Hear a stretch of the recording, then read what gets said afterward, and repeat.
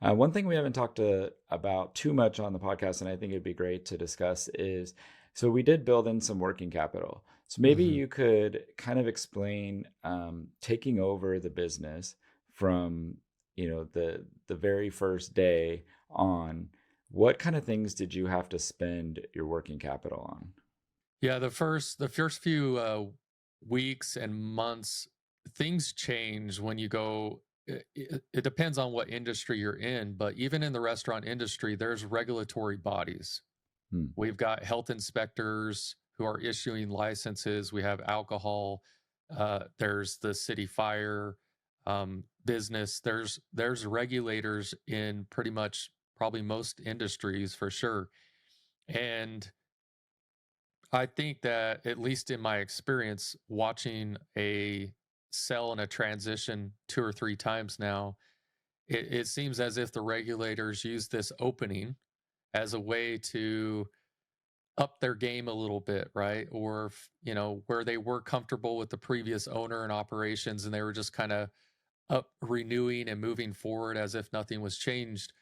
I saw that when we first took over, it seemed as my previous experience had been that the regulators were like, great, this is a great opportunity to make them change this and update that and fix this. And so those first 2 months were repair after repair, trying to meet the demands of the regulators that were coming in.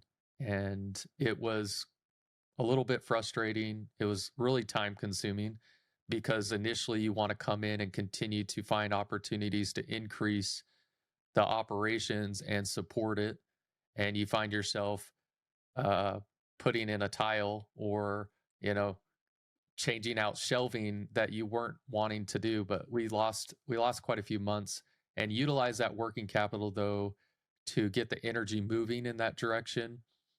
And it also allowed for some staffing decisions, right?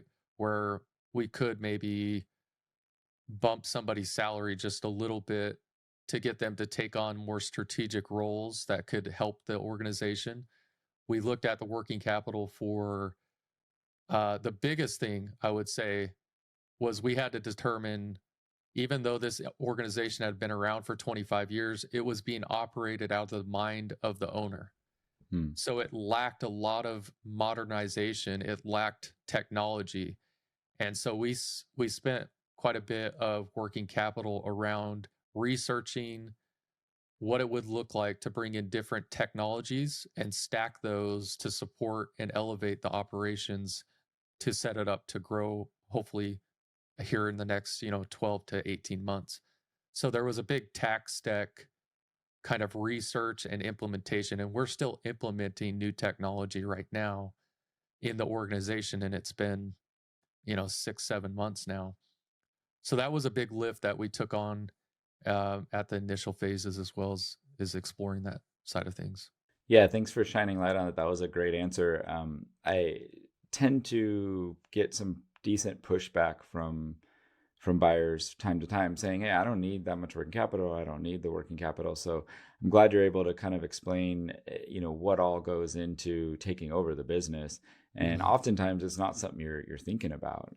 You had mentioned the regulators kind of looking at it as an opportunity to make changes and kind of look at it and say, hey, I've got this like kind of one chance to get this stuff updated. And I Mhm. often see that with landlords as well.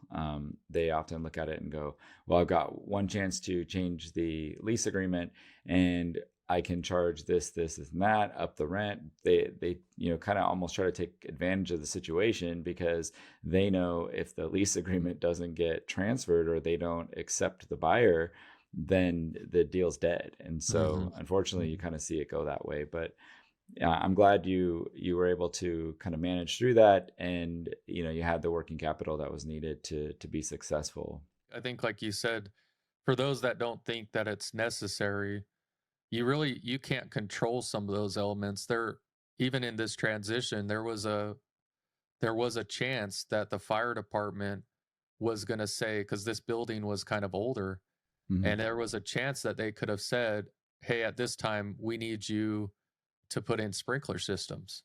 That would have taken us out, right? If we didn't Yeah. potentially have the working capital. Luckily, we were able to avoid that. But to take a 6,000, 7,000 square foot building and sprinkler the whole thing, that's a big heavy lift. They even talked about making us pour new concrete and change our exits and regresses, and those are things that you didn't expect. But if you didn't have that working capital, the stress level would have been, even that much higher. Luckily, we negotiated through those and we were able to work around it. But for those that don't think that's a necessity, you can't control sometimes what happens during the transitional phase.